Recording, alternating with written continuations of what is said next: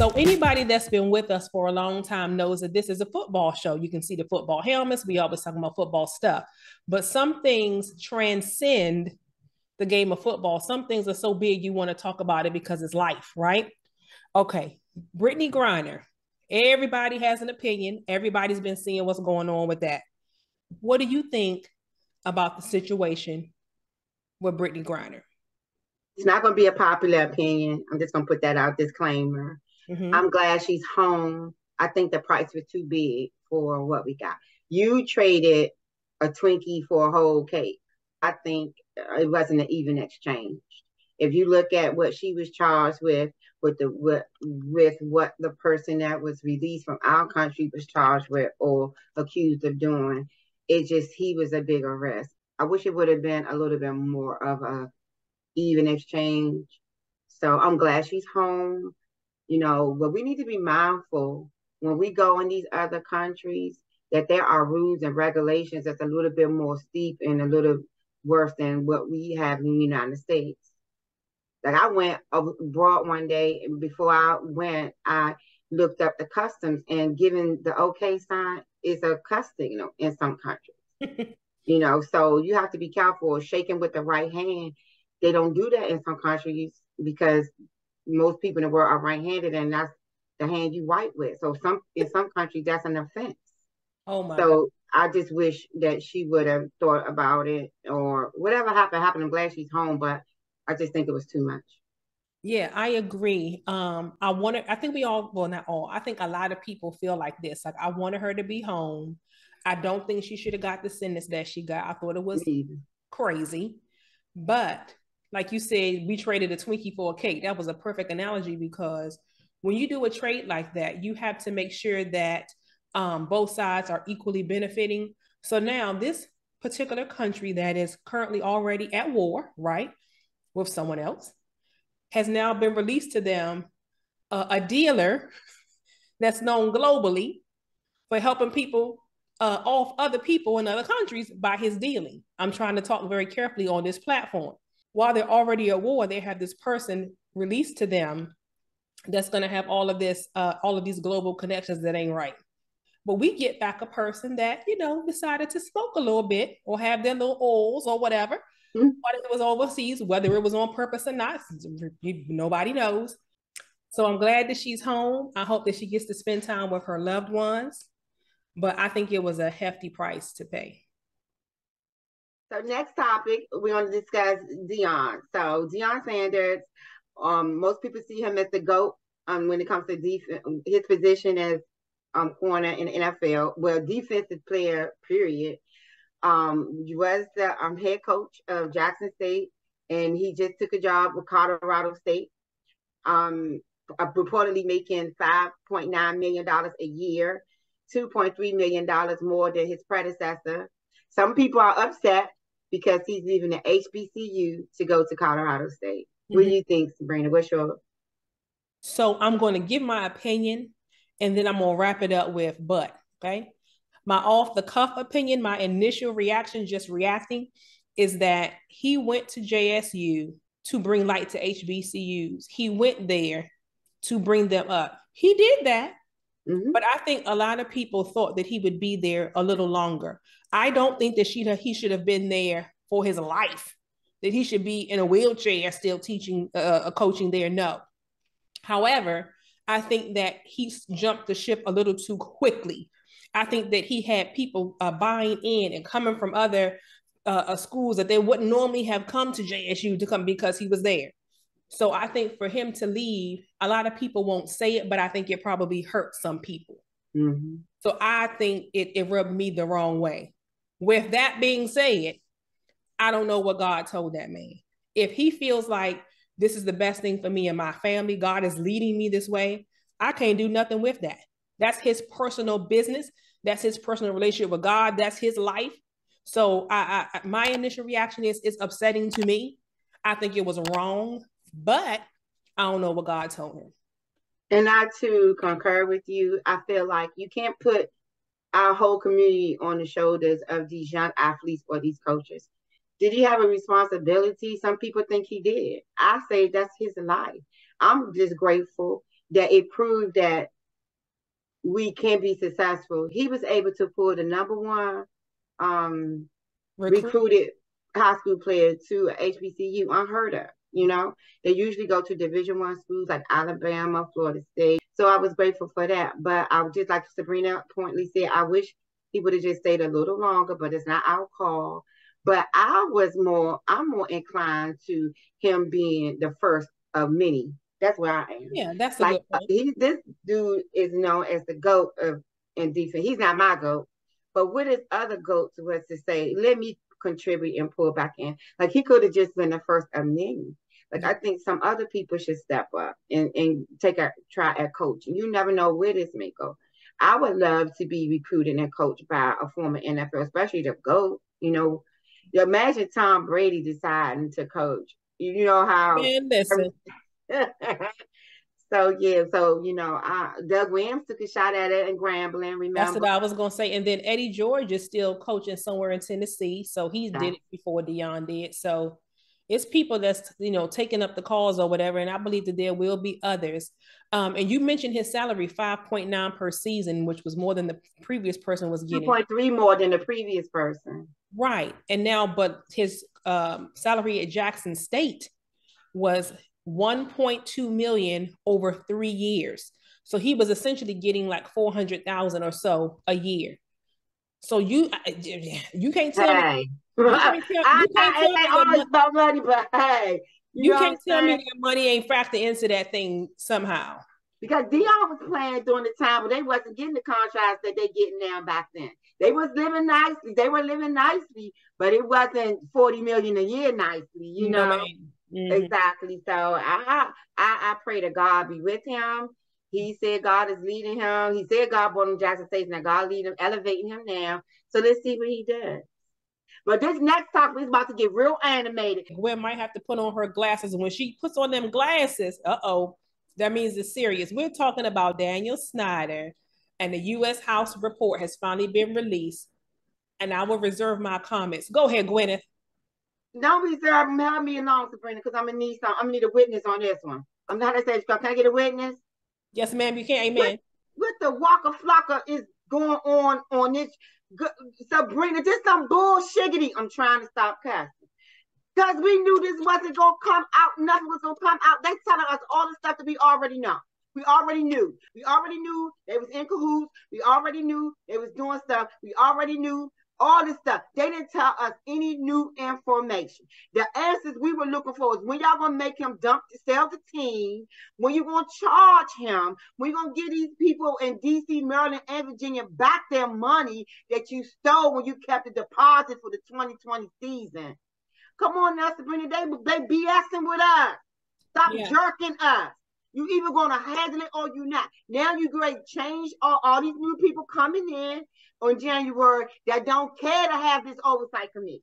Mm-hmm. So all this stuff that you think you just uncovered is going to go away. Mm-hmm. They haven't said nothing of any substance since they started this fiasco. This is a soap opera in the making as the ball twirls.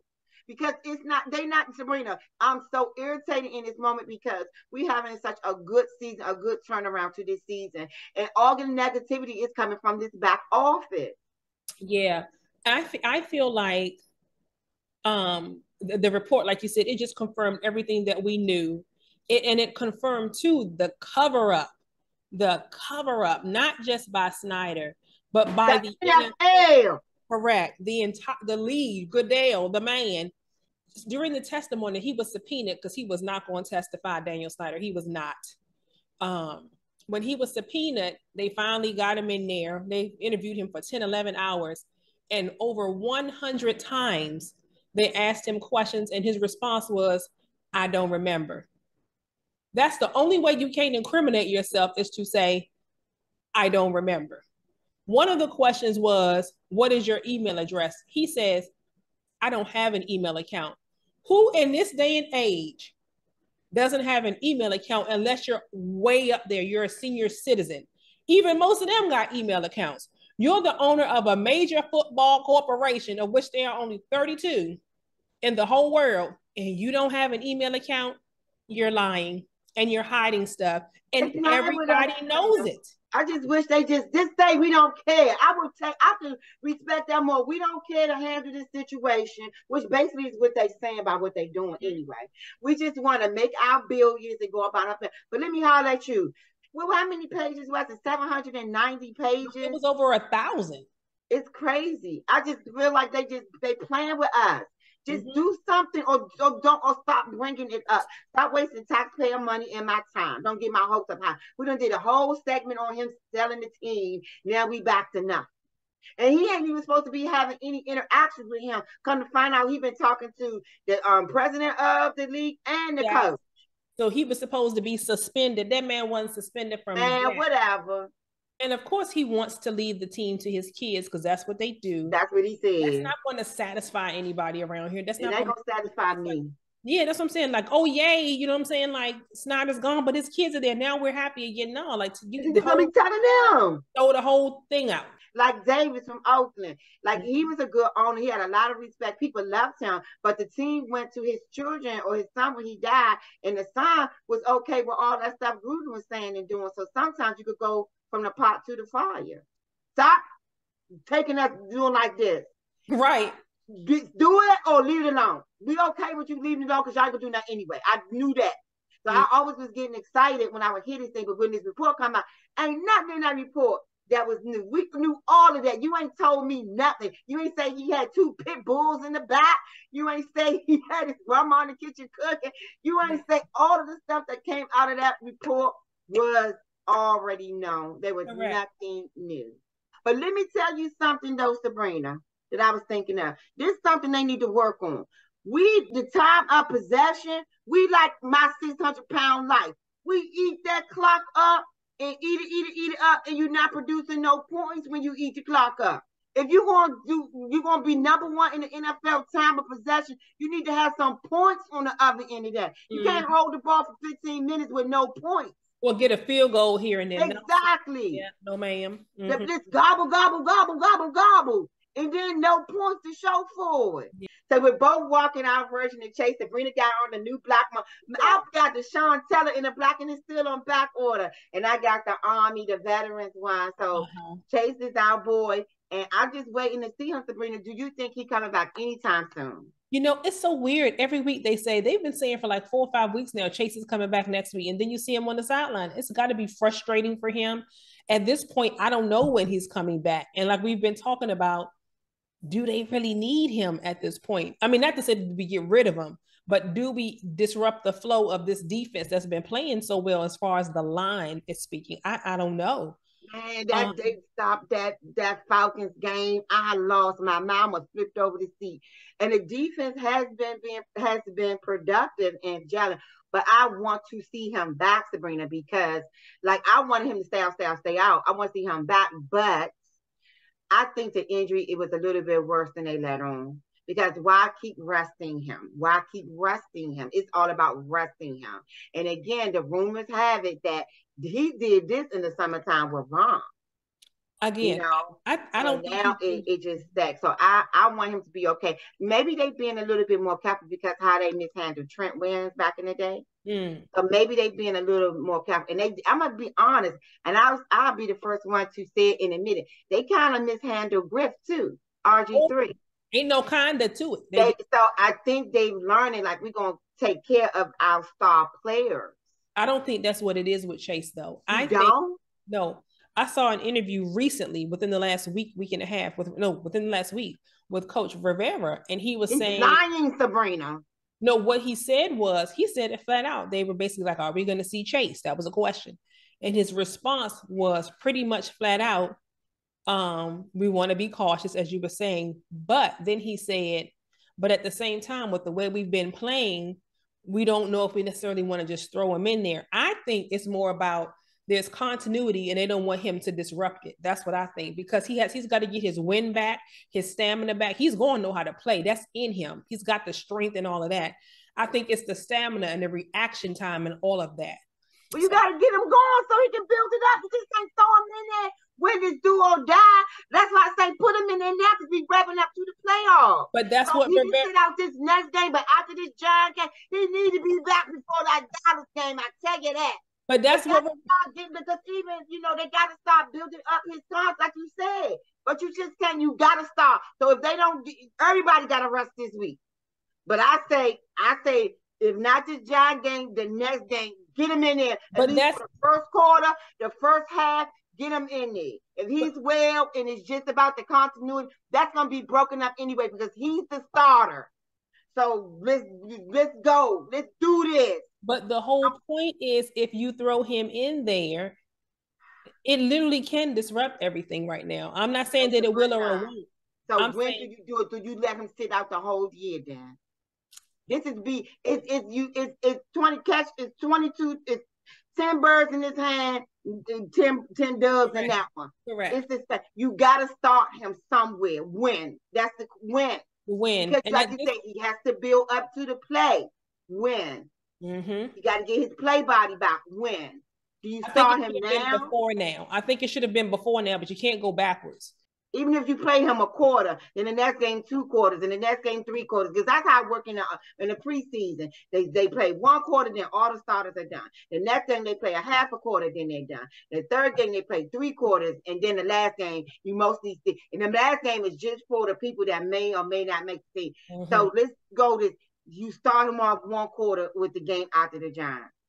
Yes, ma'am. I mean, I'd love to see it too. I just hope that he can be productive and play like he's supposed to. I think all it's going to take is 1 big play or 1 good sack, and it's going to be over. So maybe keep him out on the next game because it's too important. Yeah. But all them games after that, bring him back in. The next game is too important. So let's keep the continuity and all that stuff Coach McBride was lying about. Oh, keep all that stuff together. You know what I'm saying? But that game after the Giants, he need to come back in. So now we're going, before we get to the quarterback injury report, which is extensive, we need to mention that Deshaun came back to the NFL for the first time since he left the Texans. So we're going to call this game was, I knew I was going to get you and I got you. Because how you get rid of somebody, you know what I'm saying? And then they come back to play you and beat you. He did his 11-game suspension. He came back. He looks okay. He definitely looked rusty, and who wouldn't look that way? You talking about drama? Sometimes I can see where some people can say that the NFL is what's the word? Rigged. Staged or rigged. Because all the games to come back on, he come back on the game where he playing the team that threw him under the bus and started all this commotion in his life. The first, remember, one of the team people leaked that stuff about all of those masseuse. You know what I'm saying? So it just makes for great daytime television. Yeah, and of course you had all the fans, heckling him, with massage posters hanging up with his face laying on a person being massaged. You know what I'm saying? Oh my God! Stuff. They was giving it to him bad, but he won. So I guess he's probably trying to focus and have blinders on so that he can just get back into the swing of things. But my gosh, I think that Deshaun is going to go down as a polarizing figure, like Michael Vick did. Yeah. You either on one side or the other with Michael Vick. And I think Deshaun is going to end up being one of those people. I think. He's going to all but have to win 2 Super Bowls for this to go away. Oh, gosh. I don't see that happening. I'm sorry. I don't see him winning one. Not with his current team. Exactly. No. But it's going to always be, that's the first thing you're going to think about whenever you hear his name. Correct. I agree. So great point, Sabrina. Yeah, but I wasn't impressed nor disappointed, but I just say the mighty good timing.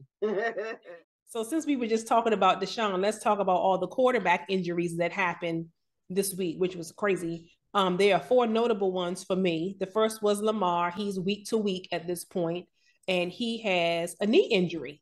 He is going to be out this Sunday, and I think they're playing the Steelers. Yeah, they're playing.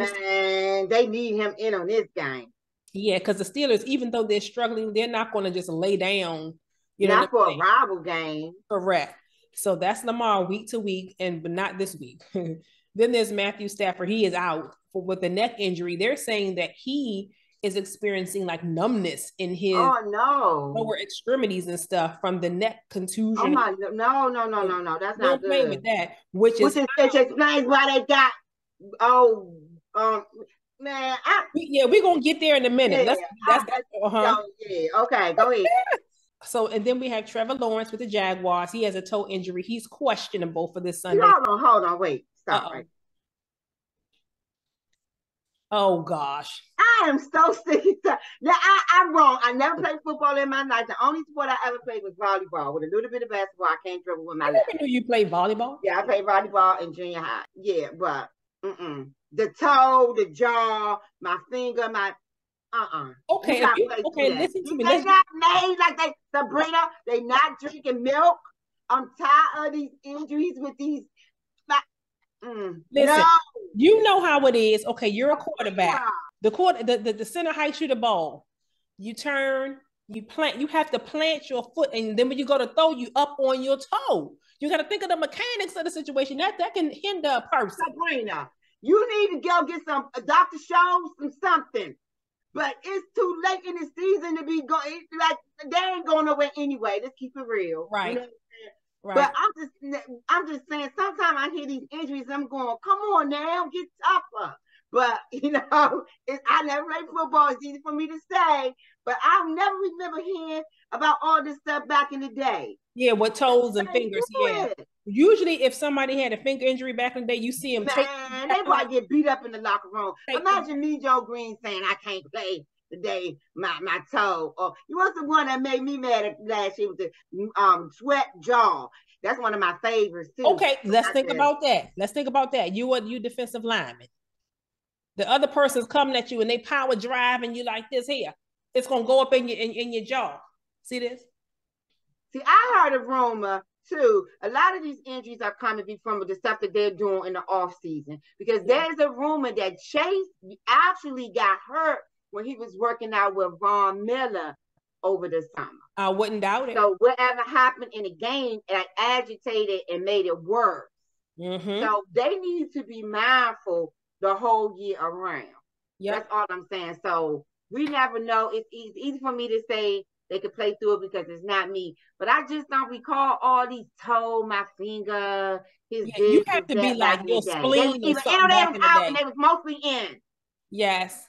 Yeah, back in the day, it had to be major for you to be out. It wasn't no finger, no toe. You're right. Exactly. Right. And go ahead. Who's the last one? The last one. Watch this something ridiculous. Watch this. Who's the last one? This one is very notable, and I think this is the most playoff affecting injury, is Jimmy Garoppolo. He's out for the rest of the season with a foot injury. And so, wait a minute. But I think the 49ers have a defense enough to hold him up. But Garoppolo, I think that's the biggest blow out of those. But Sabrina, he wasn't the reason why they was winning. I think the defense was holding the other team. So you could put me back there, and I could probably get you a W with a good defense. But you're right. Of the four, which team could not afford to lose their starting quarterback during this time of the season? And I will agree with you, the 49ers. Well, wait. No, the Ryan, but Stafford ain't my pick either. He wasn't the reason either. I think it would be Baltimore. I think Lamar, if Lamar... Oh, I forgot about Lamar. You right. I think because Lamar's injury is so, not insignificant, but he's week to week, so it's not as bad as Garoppolo's. That's why I said Garoppolo's is probably the worst and the most playoff affecting. I think Lamar will be back and they'll be okay. So we were just talking about the quarterback injuries, and Gwen kind of was about to go into it. With Stafford going out, the Rams needed a quarterback, and it just so happened that Baker Mayfield was released by the Panthers within that same, 1 week period. So Mayfield ends up with the Rams, gets into the game here, and has a game-winning touchdown drive with less than, a minute to go, and wins the game for the Rams, in which I didn't know where he was going to end up. I knew he was going to end up somewhere because of all the injuries that had just been sustained. I figured he would go somewhere. I just didn't know where. And so he's with the Rams. So the question is, I even saw online, is the Matthew Stafford era already over in LA? And I'm like, nah, I don't think so. What you think? I don't think so either. I do believe that Baker, because he wasn't all bad with the Browns the first year. Remember, he had the bad year, then he had a great year with them, but he had Odell, he had a target to throw to. Correct. And then they all dismantled. So of course, if you ain't got nobody to throw to, when he a little bit off, I never believed the hype about Baker. He was always overrated to me. You know, but I do believe at least he went to the team and he got the win. But my thing is maybe he just has more options with the Rams, more than he had in the Browns and more than he had with the Panthers. You know, maybe that was the thing in Carolina. I don't know. I just don't feel like they pulled the trigger on him too fast. Like, you have to let a person get with a team in jail. It's going to take a season. But to release him, there was something behind that. That wasn't just. And I think that's what happened with Stafford, too. He was in Detroit so long, he didn't have the pieces, as you would say, the pieces for him to be successful. And then when he got to the Rams, we were like, wow, we didn't know you. I mean, we knew he was good, but we didn't know he was that good. So it's sometimes I think he was Super Bowl champion good. So sometimes it's the cohesiveness, it's the team. Exactly. It's like the perfect storm, having the pieces. The defense had what they needed between, you know, Ron and the mean one. And you know, they had Odell, they had Cup, you know what I'm saying? So it was like they had what they needed. And please, my heart goes out to him. I pray to God he's okay. Yeah, I agree. That numbness ain't nothing to play with. That's something happened. When you can't feel stuff you supposed to feel, that's a problem. Exactly. Yeah.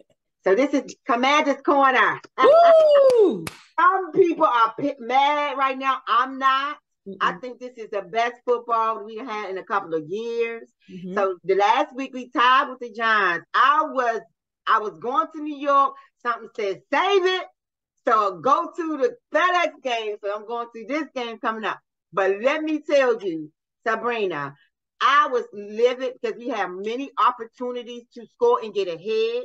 But this is the part that I'm taking from this whole game, and I'm very positive about, because we usually don't come from behind with a deficit. We don't do well coming from behind. And when I tell you, six pack through that ball, I was running around my whole house. My kids doing me like I was crazy. They came to visit. I was thoroughly impressed with how we that drive alone gave me so much positive energy that I have a hope now. Yeah, and I feel like we are going in the right direction. And this will be another discussion for another time. But should we retain? We're going to retain six pack, I'm sure. But in what capacity going forward? Like, what's going to happen with this?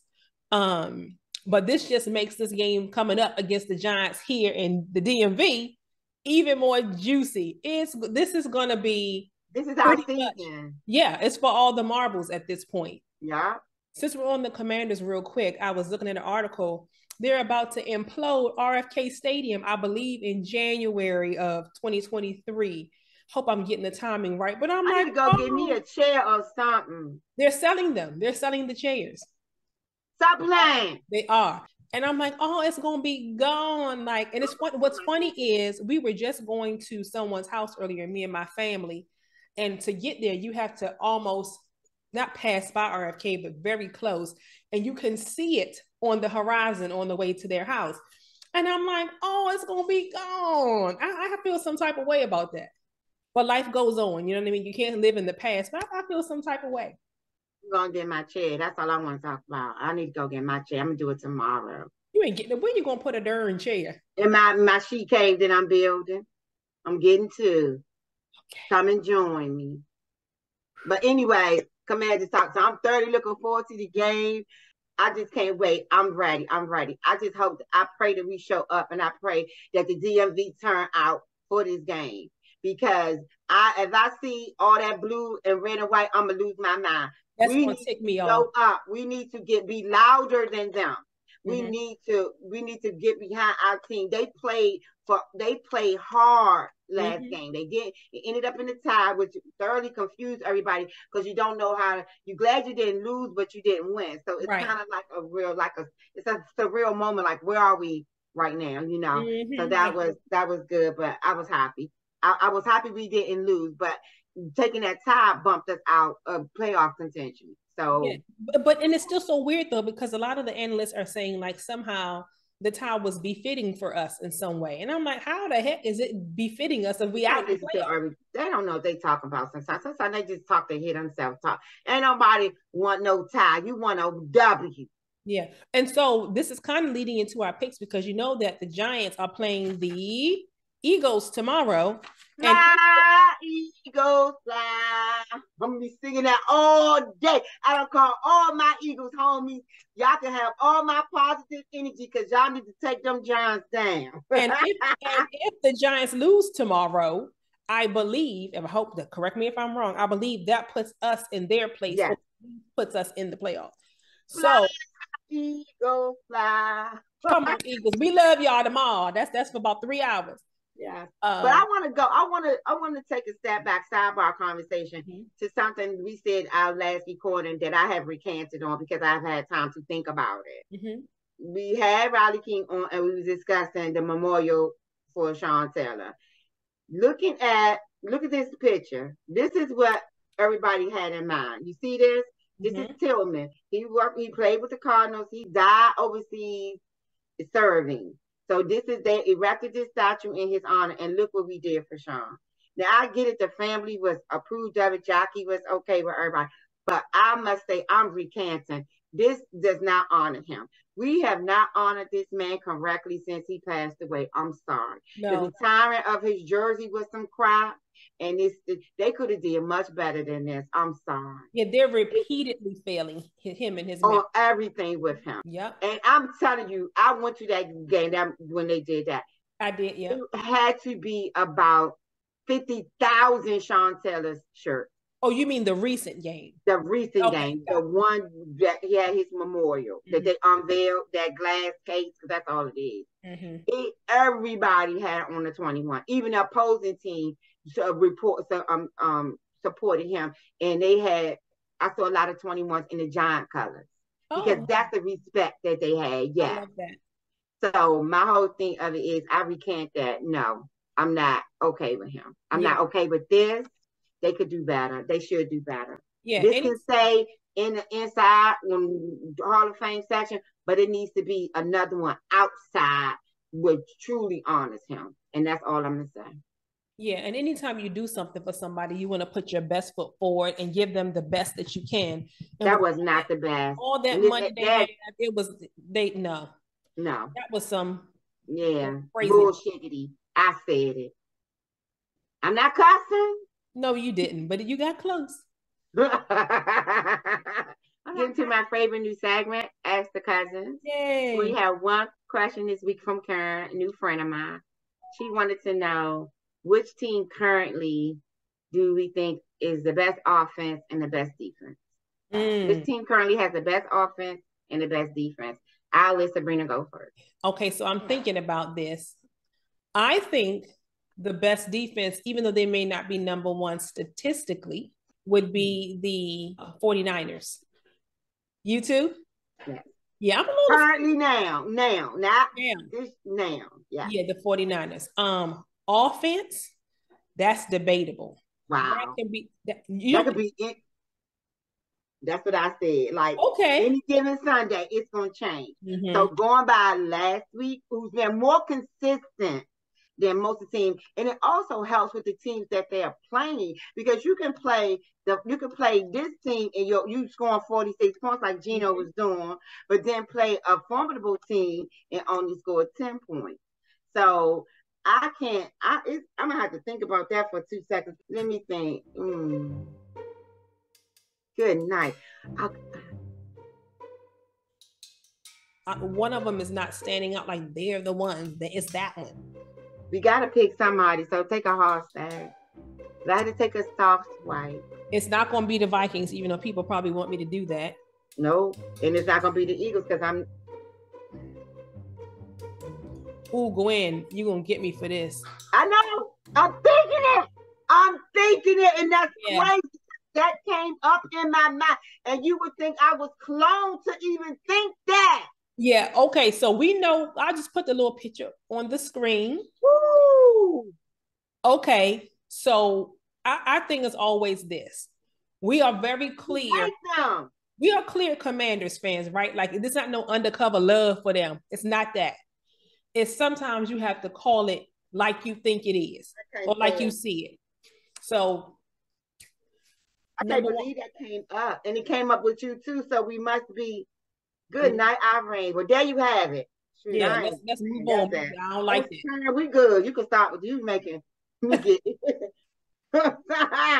And sometimes you just got to admit it. It's not that you feel any differently about your team, but sometimes you got to call something with it. Right now it's down. All right, so it's so funny. So many times I've wanted to go into this segment because of the things we were talking about before. So now let's actually get into our NFL weekly picks. Let's do that. So many times I want to jump in and say my opinion. We're going to do this first one. The Ravens without Lamar at the Steelers in Pittsburgh. Who that backup quarterback? Nah, Sabrina. I'm going to have to give it to the Steelers this week. I agree. Because I'm not, without Lamar, they can't win. Yeah, I agree with this. I agree. Because the Steelers gonna need this game because go to the next game. They have all their whole division playing each other this week. So the Ravens playing the Steelers, and the Ravens 8-4, and then they playing the Browns and the Bengals playing each other, and the Bengals is 8-4. Yeah. So whoever win their game is going ahead, I guess. Whoa, this is good. That's a great point. So who you picking for the second game?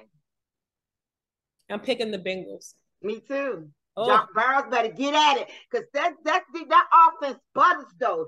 He make me nervous because when that defense go in, they able to stop and hold opponents to a low score. But I feel like Deshaun got something to prove. He's a little bit too rusty. Now let's see them play each other next year like this, and it's gonna be a different outcome. But I don't think Deshaun got what he needs to beat them. Burrows got to get at it though. He got to get out that pocket, use some young legs. Get that ball moving up and down the field, and that defense got to hold the line, keep them out the red zone, and they should get a W. I agree with you. Very, very poignantly said. That was your word for today. Let's do this. I'm just gonna keep the Vikings in our picks for the rest of the year because of their record, and I'm just hoping that that they're gonna win that division. But the Vikings playing the Lions. Ooh, this could be a trap game for the Vikings. You better know. I was about to say that. I'm gonna pick the Lions. You know that is an upset, right? You do realize. I do. Okay. Well, they ain't gonna trap me because I'm going with the Vikings. I thought you was about to pick the Lions.